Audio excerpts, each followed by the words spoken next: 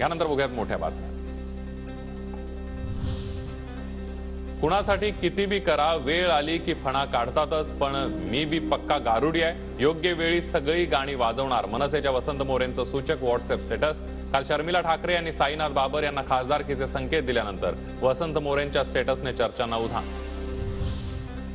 काँग्रेसचा सुरुवातीपासूनच आरक्षणाला विरोध, बाबासाहेबांमुळेच अनुसूचित जाती जमातींना आरक्षण, पंतप्रधान मोदींचा हल्लाबोल।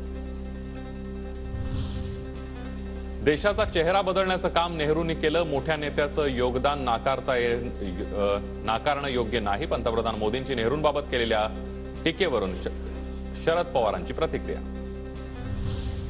महाराष्ट्र लोकसभा निवडणुकीबाबत केंद्रीय गृहमंत्री अमित शहांचा मोठा दावा। महाराष्ट्रात 42 पेक्षा जास्त जागा जिंकू, एका वृत्तपत्राला दिलेल्या मुलाखतीत अमित शहांचं वक्तव्य।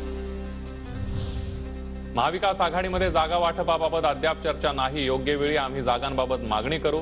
जागा वाटपावर प्रकाश आंबेडकर यांचं वक्तव्य।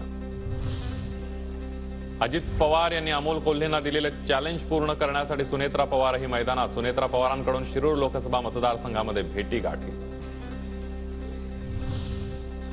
महेश गायकवाड सध्या जिवंत आहेत की गेलेत कळायला मार्ग नाही, अहमदनगरमधील सभेत जयंत पाटील यांचं वक्तव्य।